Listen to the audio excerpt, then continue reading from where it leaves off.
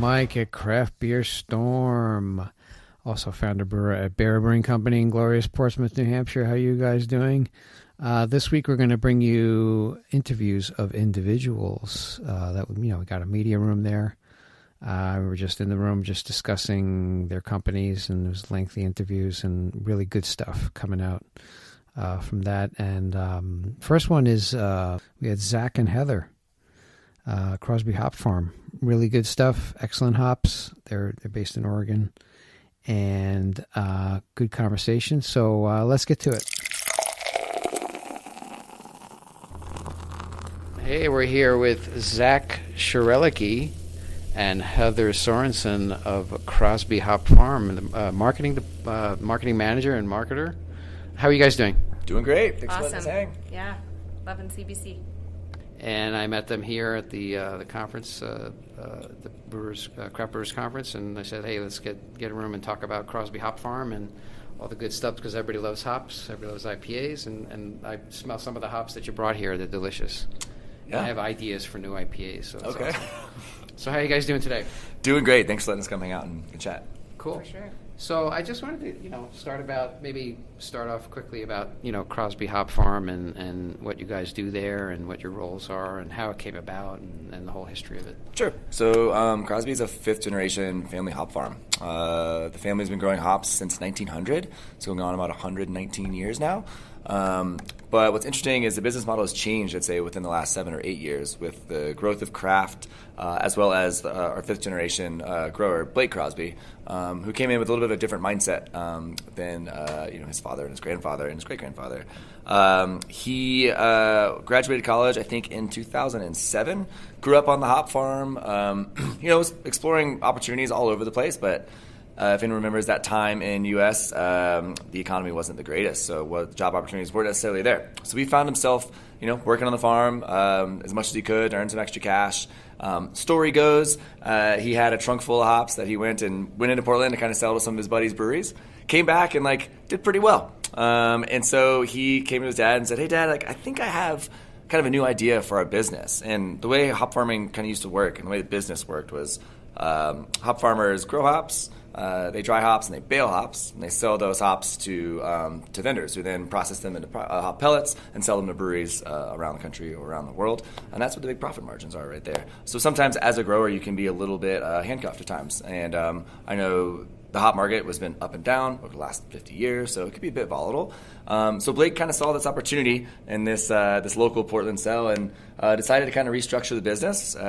Actually took out a loan from his mom, who personally signed on it, and built a pellet mill. When he built the pellet mill, he was able to vertically integrate the business. So he's now growing his own hops, of course, drying and baling them, but also processing them, and started building a sales and marketing team so we could sell directly to our customers. So is the farm, and also you pelletize as well? We do. We have an on-farm pellet mill. That's awesome. Yes, and that's a big focus of quality for us, that end product of a soft pellet. You don't want it to be too soft, but you want it to be soft enough that it disperses, especially with the heavy dry hopping rates of IPAs today. You want a good, even dispersion, and our pellets do a good job with that. So Blake was an innovator for his family and has really set the stage for a new era for Crosby Hop Farm, and we could not be more excited. That's awesome. Do you guys deal with that Sabro hops? We don't. No, that's not us. No, that's this not is us. so good. But I did try some of the hops at your area, and they're really good. I got to go by there later. Yeah, please do. But so what do you think about the hop industry now? I mean, do you see it? There's a glut of hops, and then you guys are based in Oregon, by the way. We are, yes. Yeah, so I should have said that earlier. We're in the Willamette Valley, about 30, 45 minutes south of Portland. It's like the best climate and the best conditions for hops in the kind of the world, I guess. Yeah, big time. I mean, the Pacific Northwest as a whole is a fantastic hop growing region. Willamette Valley, we're of course very partial to. But at the same rate, we grow about 420 acres worth of hops at our farm. But we're sourcing from farms in Washington, farms in Idaho, as well as farms from New Zealand, farms from Germany. So we buy whole bales from them, and then we process them in our pellet plant. Oh, wow, that's awesome. Yeah, so that's kind of allows us to grow outside of just what we can grow at the farm. Wow, that's excellent. Right, excellent. So what do you think about hops? Because it just varies month to month. Is there a surplus of hops, do you think, in general, or a scarcity, or a certain, how is that working out? No, there's definitely not a surplus. I hear that sometimes, and that's really not true. No. I think the hop market's changing. You've had, over the last handful of decades, contracting was probably 90+% of the hop business, and that gave hop growers an inside view into what the next 3 to 5 years looks like. What should we be growing? It kind of gave them a business plan, basically. That's been changing as the craft industry has been evolving.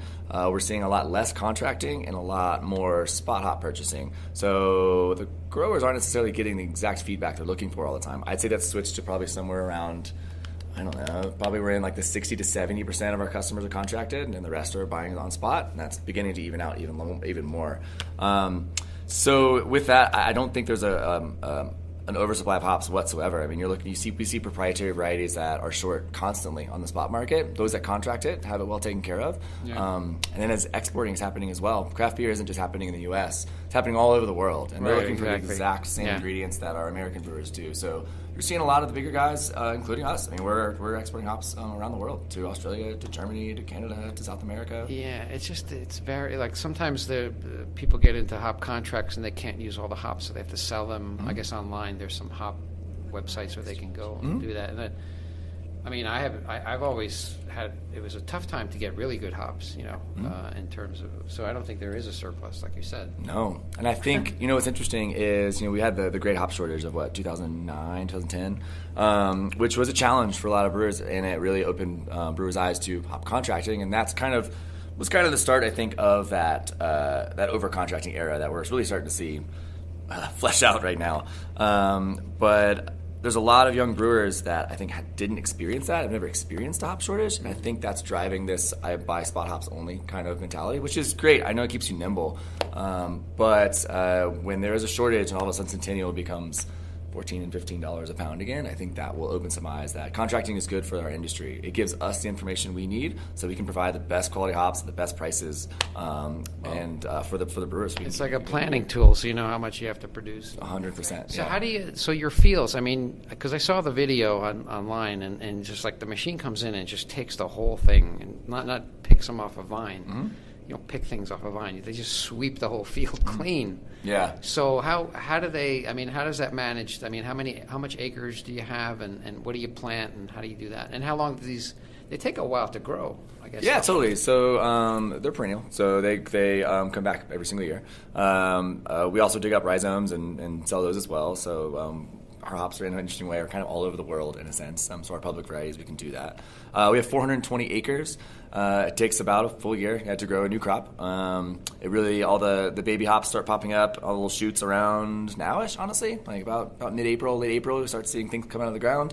Once it gets to be hot and dry and a nice Oregon summer, you'll see, I mean, it can feel almost like a foot of growth a day. That might not be the exact number, but if you leave the farm for a week and come back, you notice that those hops are growing aggressively. They grow to be about 16 feet tall up the trellis, right. And it's an amazing thing to see. So come June, July, August, they start really growing, filling out. Cone formation happens, and then we start harvesting around mid-August and finish up mid to late September.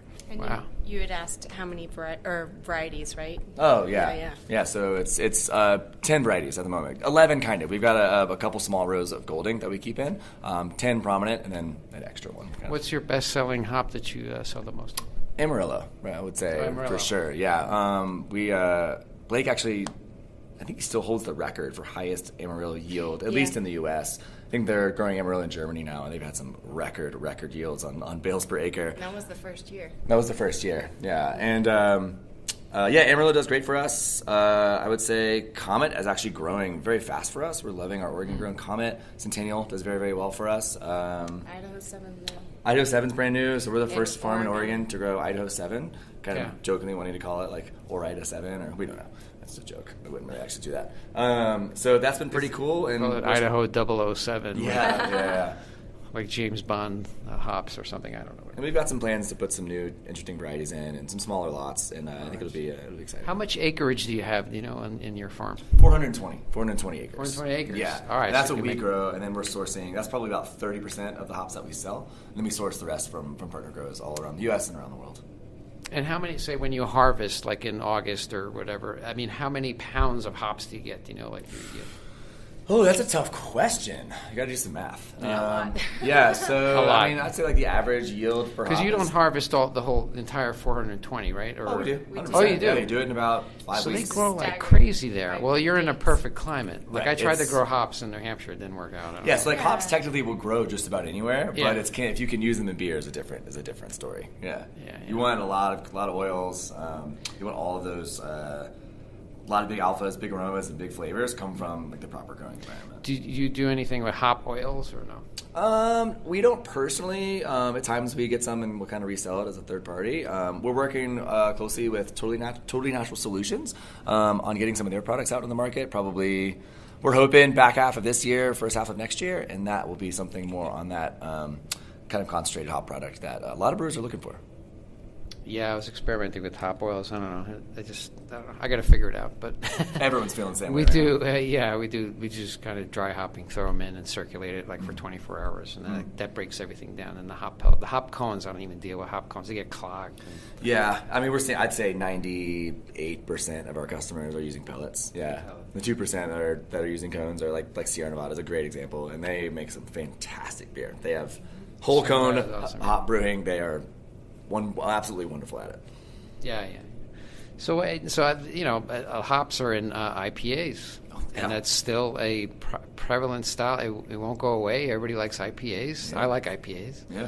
But what do you I think like about IPAs. that style, and do you think it's just going to linger and just keep going? And, Yeah, so the IPA has been amazing. It's changed. It's evolving. I mean, you look at what IPAs were like 10 years ago, and it was the IBU wars. Everything was 100 IBUs and It was very bitter. very bitter. And then it kind of evened out with West Coast IPAs kind of taken over with a little more balanced sweetness that are in there, a little more citrus and tropical flavors, and how it's totally shifted now with the New England IPA movement. You're looking at very tropical, sweet IPAs that aren't bitter at all. I mean, there's 0 IBU IPAs that exist now. But what's amazing about that is it's brought an entirely new demographic of beer drinker into craft beer. It's helping us grow again. And I think that's fantastic. People that used to hear the word IPA and think bitter beer, and maybe they had one that was super bitter and never wanted it again 10 years ago, are now rediscovering IPAs and discovering the aroma properties of hops that are mango, papaya, citrus. I think that's wonderful, and I think that's really going to help the craft beer industry grow. And we're seeing it, again, not just in the U.S., around the world. I mean,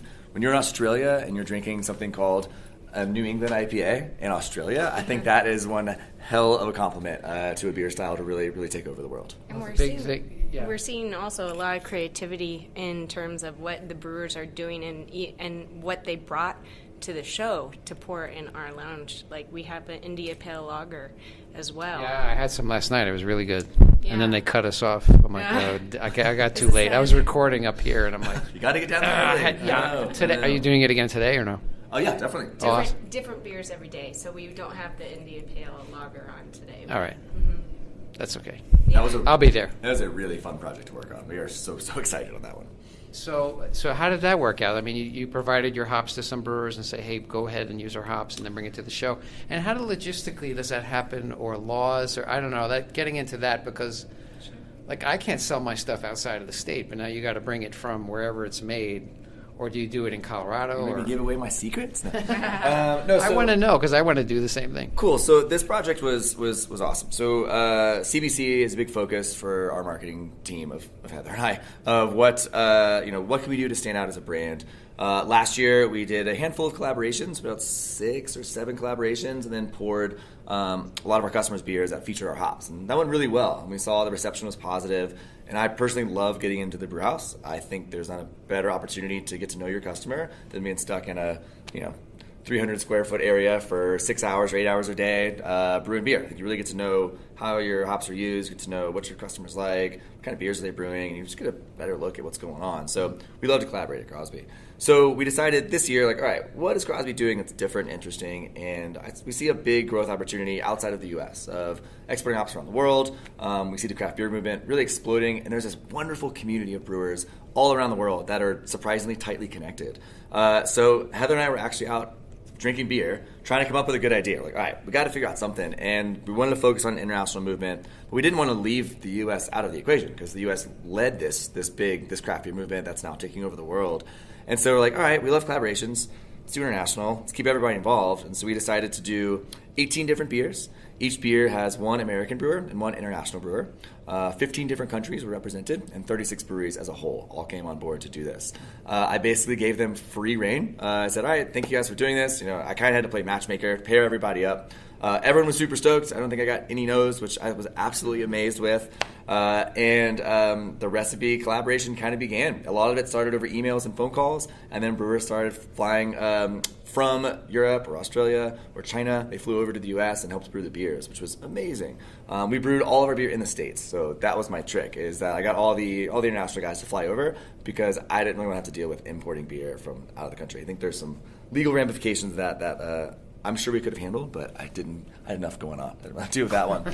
And some of the brewers did travel internationally to do the actual brew day, and then we even had one that was called Via Email, where they collaborated truly over email and then named the beer with that name. Via email. Yeah, and so we really focused on, I gave them a list of about, 35 different hop varieties, 40 hop varieties I really wanted to kind of showcase and put out and let them have at it. There were really not that many restrictions, and they all came up with some amazing beers. They're all wonderfully different, very expressive, and I think just about everyone I talked to that was involved in this project was very, very proud of their final product, and I think once they saw it all come together, as the story came together, I think they were proud to be involved as well, and we could not have been happier with the result. That's awesome. It's great, the collaboration and people. Yeah, one of the. So thankful. I mean, that's the thing. That's what makes the brew or craft beer industry go round. It's just this collaboration between Community. people, malters, hop growers. Resilience is a great example of Yeah. that. Resilience was awesome. Ken Grossman Yeah. did Really showcased what the beer community can do when you come together. He did you saw the video yesterday, right? I think it was a 2-minute video. Yeah. He had in Oh, there, yeah. Where I think he wanted 500 brewers and then like 1,500 or something. Yeah, Right. it was unreal what they did. I think that was the largest collaboration ever. Ever. Yeah, and I think it shocked them at how many brewers got on board, and it was for a great cause. That was That's an amazing awesome, movement. yeah. Yeah. And that's why I love the industry, It's just when I got into it, it's just like even the local brewers up by me in New Hampshire, I'm like, wow. Come in, we'll show you what we're doing, and, any questions, let me know. I'm like, really? Okay. Yeah. That's great. Yeah, and So it really appealed to me, and then coming to these events like the CBC and also GABF, just talking to people, and they're just so friendly, and no secrets, and they want to actually help. That's one thing I really picked up on through this global collaboration project is there were no secrets. It was wide open communication. Everyone's an open book, happy to share what brewers in Norway were using. They're using these different Norwegian yeast strains, and happily opening that book and getting those yeast strains over to the U.S. and allowing those U.S. brewers to use them. And it's starting to gain traction, and it was really, really interesting to see the difference too between what an Australian brewer is looking for in hop selection for their IPA versus what the American brewer was looking for, and the way they collaborated and found these awesome middle grounds. And so there really is this global feel to this project, not just in the branding, but not just in the story, but the actual flavors of the beers themselves. It was an extraordinary experience for me personally. I really enjoyed it. And Awesome. We made some brewing dreams come true. Yeah, there's some cool stories with this one. I'll tell one really fast. It's a good one. So David Stein at Creature Comforts is a friend of mine. I used to live in Atlanta, Georgia, and so I've known him for a little while. And as I've transitioned into the hop side of the business, we've stayed buddies, and I've watched his brewery, which is Creature Comforts Brewing. I've watched them grow and do really well. And so he was one of the first people I called when this idea came up, and I was like, hey man, I got this idea, are you interested in doing it? And he immediately said yes, and I was like, cool. I was like, all right, I'm going to put together a list of maybe 10 breweries international that I think you'd pair well with. And so I sent him a list, and he called me back right away. And he's like, okay. He's like, well, I like your list. It's great. He goes, how about, and this was not on my list because they're a wonderful brewery, but he was like, how about McKellar? And I was like, McKellar? All right, yeah, let's try to hit a home run. I think that would be an amazing collaboration. I respect that brand more than most. I think they're absolutely fantastic. That's the one. Is it the one Denmark? Denmark, yeah, they're in Copenhagen. They have a place at Shea, not Shea Stadium anymore. I'm like a Mets fan, right? City Field. Yeah. They have a place there. Yeah, they're all over the beer is world. delicious. Yeah, they've got pubs in China, and they've got breweries all over. Yeah. Mikkel is a gypsy brewer, so he travels everywhere and brews. So when Mikkel said yes, I was over the moon, and I thought that pairing was beautiful. And then David called me again, and he's like, hey man, I just want to let you know, this is kind of this full circle experience for me. And I was like, what do you mean? He goes, well, before I opened Creature Comforts, I was working at at a brew pub in Atlanta, and he was homebrewing as well. And he had this idea to one day start his brewery. I wasn't sure exactly how to do it, but he was brewing beers and making test batches. And so Mikkeller does this event every year, and it's a homebrew competition. And the winner of this competition gets to brew the beer on a production scale, and it gets released throughout Denmark. And so he really wanted to do this, and he had been drinking Mikkeller beers for years and years, and it really was like a brand he respected, and in a sense, a training exercise, and these single hop variety beers that they were doing. And so he put together a beautiful package of beer. He labeled everything, got a graphic designer to make nice labels, came up with a name that he called it Creature Comforts, and he shipped his box of beer to Denmark and was kind of just sitting back waiting for the reply and hoping he would maybe get invited out to the finals, or maybe he would win, who knows. And one day, about 2 weeks later, his box came back to his doorstep, kind of half broken, never made it to Denmark. There was some sort of issue with shipping and never got there with customs. So it kind of broke his heart, and he was bummed out. Man. But that following week, he was approached by a couple of investors in Athens saying, hey, I'd like to start a brewery. I think you're a great brewer. Can we sit down and have a meeting? And luckily for David, he had finished beer ready to go that he brewed specifically for a competition that was, he brewed fantastic beer for this. It had labels, it had branding, it had marketing ready to go. And so he put that box of beer on the table, drank it, and Creature Comforts was formed. So his goal was always to get back full circle with Mikkeller, and a sense as a thank you for that box kind of not making it, or at least for the idea for him to brew those beers for that competition. And so this was this full circle story that he got to kind of complete it. And he told me he made his brewing dream come true. And that made me feel so good, and was... it definitely wasn't the intention of that collab, but it really sold this global community that everyone's paying attention to each other, and we're all buddies, and you can make some cool things. It's funny how those things happen. Yeah, like you go down a path and you're like, oh no, there's a wall, and then wait a minute, okay, there's a door somewhere over here. yeah. Or wait a minute, I have to tunnel under this thing. Yeah. That's the whole thing about a business in any ways. It's like usually there's walls that are put up, and either you can't just stop. You got to either tunnel under it, go around it, scale it, or blast through it. Yeah, we know I that blast all too through well. a couple. People are not really happy with me. Those people are not really happy. But whatever. I have a goal, and we have to do it. So that's awesome. The collaborations are awesome. Yeah, and another one people was... are very approachable. Like I was standing around because there's so many people walking around here. I'm like, the guy had a Left Hand Brewing tag on. I'm like, oh, you work for the company? He's like, yeah, I'm the owner or founder. I'm like, oh, really? Yeah. I need you for 5 minutes. We got to do this couple sound bites. And he was cool. He's like, yeah, no problem. So we got a table and we talked.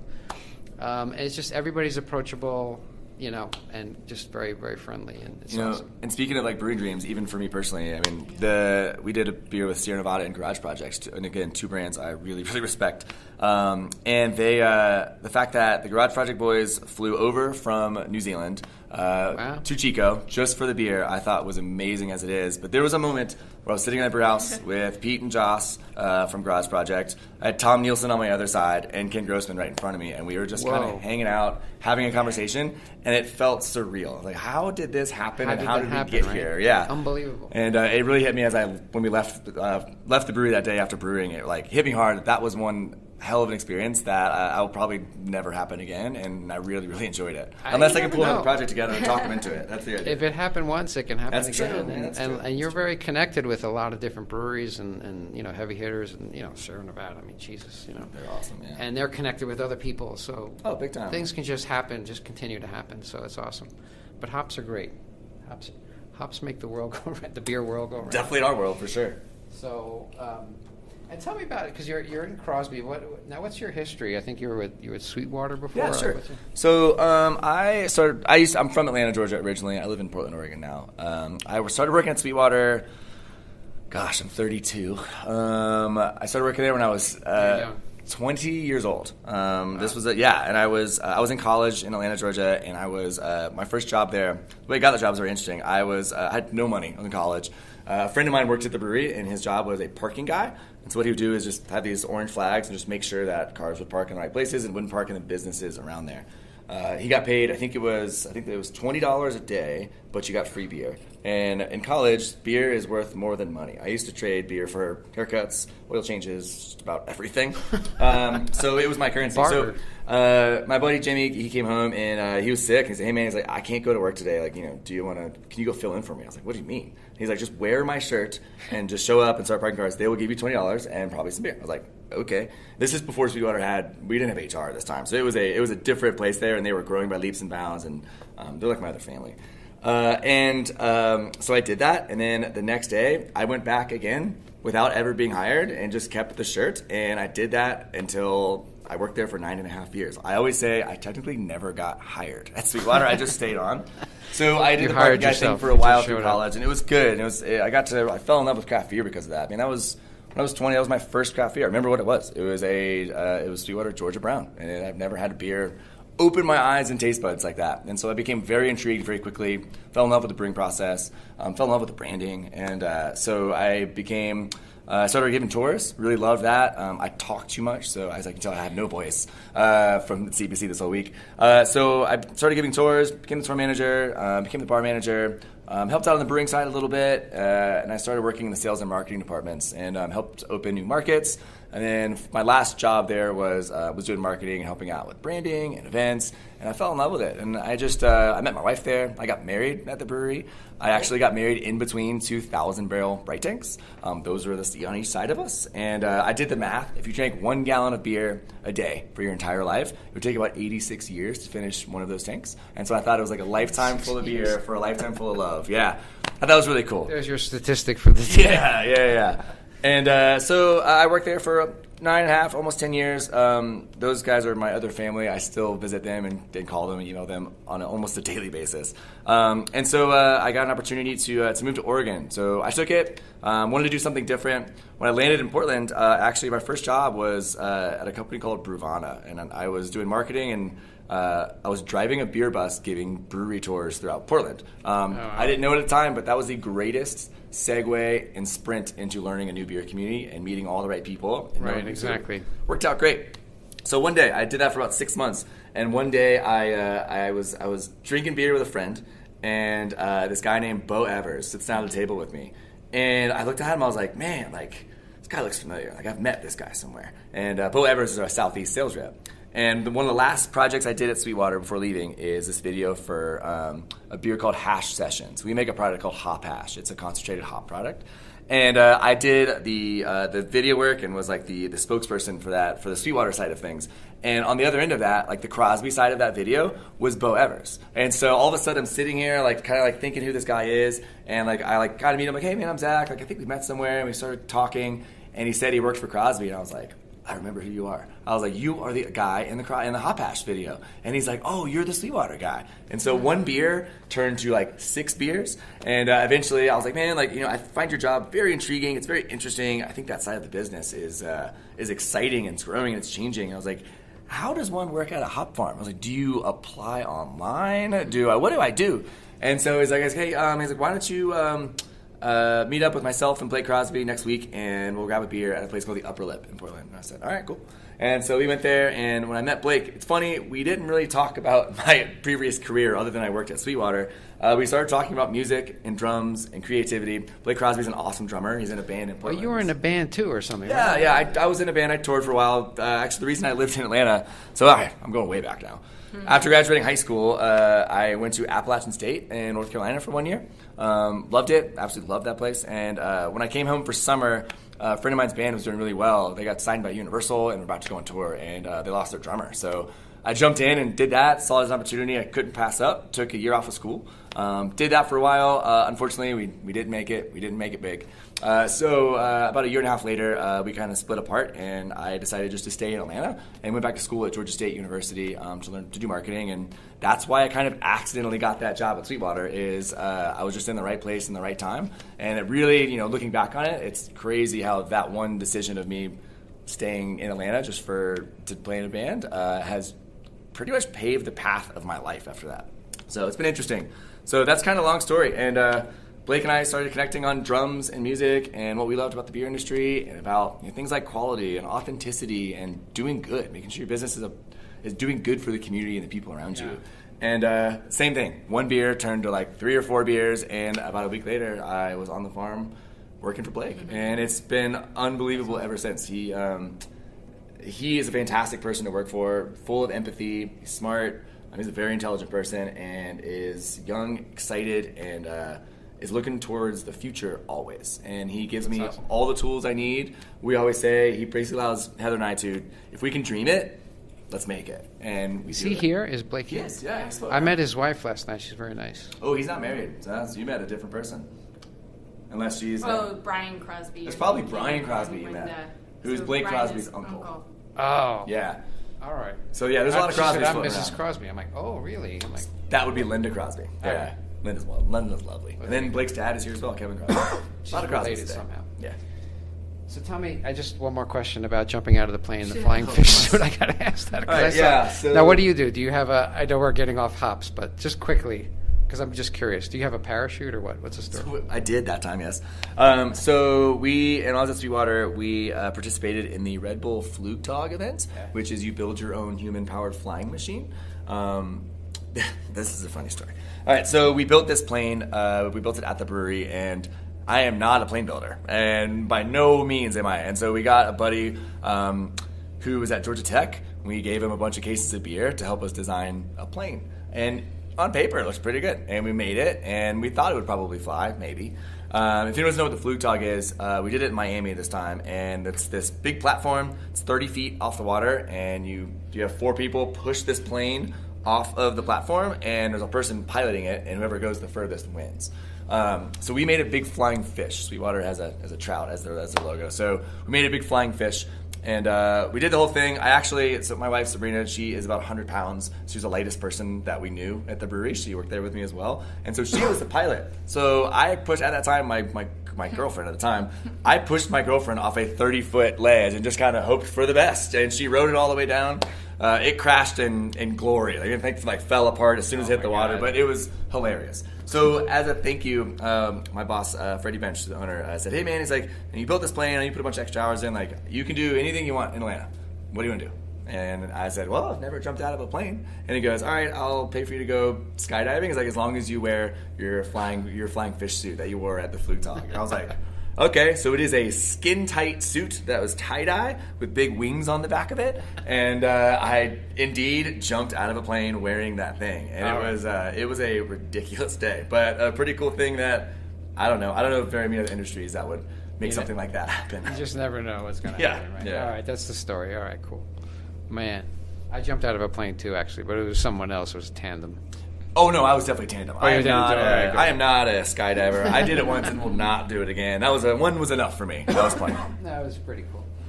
All right, cool. But you touched upon the local, and I think that's where beer is trending. It's more hyper-local beer, sure, using local ingredients. I mean, what's been your experience with that? So that's a two-part question. Local beer is definitely working. There are, 7,500 breweries here in the U.S., something like that right now. So I think the old model of brewing was, maybe own your region, definitely own your state. I think that was good. Work with distributors. I think that works really well. It still does. Those breweries that are regional breweries are still doing well, but they're seeing increased competition by the local guys that are, trying to own their neighborhood, not necessarily owning the city or the state. It's really trying to be part of that community. They're also selling direct to consumer, so there is no middleman that's taking a chunk of that margin. So direct over-the-counter beer sales in tap rooms are what are making a lot of smaller breweries a lot of money. It's why they're being so successful. So that is 100% happening. That local movement is going to continue to happen. There are 10,000 wineries in the U.S. right now, 7,500 breweries. There is no reason to think there will not be 10,000 breweries. So if I was a brewery and I had a lot of money to invest, me personally, I don't own a brewery, so don't take this as a business advice. But I would probably open a handful of breweries in a few different states or up and down the same state, so you can really get that local communal neighborhood feel. I think a great example would be like Modern Times, as they're growing all through California. They're opening in different cities, and instead of having one giant brewery that's distributing all up and down the West Coast, they're trying to get ingrained in individual marketplaces, in communities, and they even opened a brew pub in Portland recently. And I'm not gonna lie, Portland is not the easiest place for an out-of-town brewery to open, and they've been welcomed with open arms, and they've been really a part of the community, doing a lot of collaborations, showing up at events, and making that city an even better beer city than it already is. They're absolutely fantastic. The second part of that question was local ingredients. I think that's a challenging one. Like you're saying, hops don't grow everywhere, so you're kind of stuck in a little bit of you're stuck in a corner there with your hop varieties. Your great hops are going to come from the Pacific Northwest. Michigan's growing some great hops. malt, most of that grain is coming from the middle of the country, and of course, like Canada as well. I think those are both, and other parts of the world too. So there's a lot of like craft maltsters coming around. I'm not a malt expert. I won't go down that path. But then also a lot of small hop farms that are popping up all over the country. I mean, there's a test plot now in Florida of trying to grow hops in Florida. So there's a lot of research going into it. From my perspective, I think the nature of Pacific Northwest, our environments, our latitude, our rainfall, all of that really is kind of the perfect recipe for wonderful hop growing, and I don't see that changing anytime soon. No. Have you done anything with like food and beer collaborations? Have you ever gotten involved in anything like that? On the hop side of things, not so much. I have had a few chefs use our whole cone hops and like kind of smoke them under salmon. I never got to eat it, but I sent them off their way, and they said it works pretty great. It must be good. It's a nice pairing for like a nice beer dinner, and it's got a little bit of a story. It's a little kitschy, but I think it's cool. But for the most part, the food and beer pairings, hops are definitely very expressive in beer. So in that sense, beer dinners are always a great way to pair hop flavors and aromas with the proper food. Again, I would not say I am the beer and food pairing expert by any means, but I've had some great ones. I think it's cool to see like a really nice bright IPA with fish. I think that works really well for me. That's what I drink a lot. I'm also pretty biased to IPAs, so I will drink IPA with just about anything. Good. Yeah, I know. They're really great. But you touched upon it. But do you think this is a craft beer bubble? Because I agree with you. There's like 11,000 wineries, and there's like only 7,000 breweries. Mm-hmm. So I think there's room for more. There's definitely room, yeah. But I think you have to open a brewery wisely. You just can't buy a 30-barrel system and start making beer. Yeah. Because you don't know what's going to happen. So growing it organically is probably the best way. But what do you think about it? Do you think there is a bubble or not? I do not think there's a bubble. I think there's a bit of a shakeout that's happening. Yeah. And when I refer to shakeout, it's the business mindset of breweries. I think for a long time, as craft was just exploding, if you made beer, you could sell beer, you could pay your bills, you could probably make money on top of it, and you're living the dream. I think now with more competition, you really have to go in with a strategy. I think you can't skip the business side of your brewery any longer. And the ones that really focus on the business side, on top of focusing on the quality product, are the ones that are doing it the right way. We kind of joke as hop suppliers, most hop salesmen will say this too, we're kind of, in a sense, a financial advisor as well. There's times when, if a brewer says, I'd like to buy X amount of hops for the next 5 years, looking at 100% growth for the next 5 years, I'll sign the check today. We will say, although it'd be great to, get all that revenue, that's awesome, we'll say, hey, man, I think you should hit the brakes. I think let's go for 100% of your hop needs next year. Let's contract it. The year after that, let's do 80, then 60, then 40, because things change, and you can always fill in with a spot. And so it's an interesting, I wouldn't call it a sales tactic. It's just the way we communicate with our customers is to say, hey, man, you don't need to grow super fast. Like, grow slow and low, be steady. We're not going anywhere. We'll help you grow, and we'll advise you along the way. Well, that's great. Yeah, I think that's really helpful, and it also allows us to not have problems down the road of over-contracting, where all of a sudden a customer is stuck with way too many hops. They've got bills to pay. That's not good for them. If it's not good for them, it's not good for us. So we're looking out not just for ourselves, but for our customers as well. And it's a two-way street that information needs to go back and forth. That's very noble, because a lot of companies say, yeah, sure, you want totally, but then you get screwed in the end because they're like, all right, I'm not going to pay you. But we don't like those emails. We're like, oh man, or if we take hops back, like, man, what are we going to do with all this willamette? Like, what are we going to do with this? And so we're trying to, again, it's looking out for our customers' best interest, but it's also helping us out long run as well. Oh, that's great. Yeah. So we both like IPAs. Do you see any other beer trends happening, like any other styles? I'd say two. I mean, lagers are clearly taking off. Lagers and pilsners, the brewer beer. I think people are getting excited about that. Right. And then secondly, the hazy IPA movement is not going away. I think it's going to stick around for a long time. But I'm getting really excited, especially seeing things like trending on Reddit. I love following the r/the brewery. Is clear beer. It's coming back again. I think people are starting to look forward to clear IPAs, a little more bitterness, and crystal clear lagers that brewers can show off and be proud of a well-fined beer that's crystal clear, that you can see your finger through the sight glass. That's exciting to see brewers doing that again, and consumers almost, in a sense, rediscovering the West Coast IPA. I think once you have a lot of New Englands, you're ready for a step into the bitter world a little bit, maybe having a 35 IBU beer. Not going all the way to 100, but getting there where it's balanced out. And I'm really excited. So I see, lagers and clear beer kind of becoming a thing again. Yeah, yesterday he was talking about crisp. People are looking for crisp, which is the lager and the pilsner, and then dark. We do like stouts, because we use James Lagren's Irish barley. That's the number one in our tap room, the stout. Yeah. But if you try to go to a bar with it, they're like, it's dark. Yes. Oh my God, who's going to buy this? I'm like, we sell it. It's the number one. It's awesome. Try it. So, whatever. It'll change. I'm glad I saw this slide yesterday. Yeah.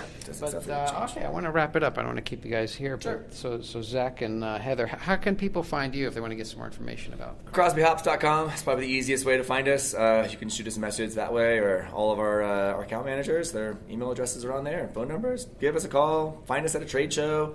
If you're around Oregon between August and September, swing by the farm, set up a tour, check the place out. It's absolutely gorgeous.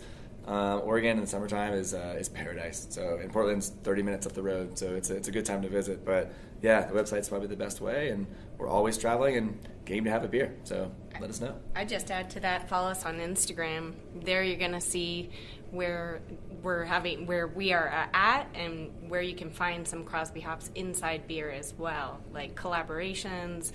I think a number of the collaborations we had for CBC were actually packaged and sold as well, including the Creature Comforts beer is going to be a release for their 5th anniversary party coming up. So that's. Do you have like a web page on your site maybe that can kind of consolidate this stuff? That might be something to do. I don't know. Yeah, good idea. And our Instagram link is on our website, so that's probably the best way. That's our most active social channel, and we're trying to get our messaging out that way as much as possible. Get some great Crosby hops. Yeah. Awesome. Yeah.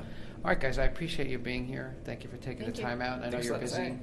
I want to come visit you guys after this. Come drink beer. I have another interview. You can't take it home. And then come to the farm at Harvest. I do. I want to. Yes. We have to figure that out. I tell everybody, yeah, I'm going to be there. And I'm like, these are people all over the world, China, Germany. I'll be there one day. Yeah. But the Pacific Northwest, I got to go, especially Portland, and then just kind of roam around. Well, now you got There's a friends lot in of good business, stuff. so come on out. Yeah, awesome. Great. I will. All right, well, thank you again. Thank you. Thank you. Yeah, that was Zach and Heather from Crosby Hop Farm. Really good conversation. They're making really excellent hops. And, we'll put the links in the show notes. You can contact them directly. Just Oregon is fantastic hops coming out of there. Well, it's perfect climate, And they have a video out, too. It's awesome how they grow the hops and then they harvest them. And they it's amazing what they do. But check it out.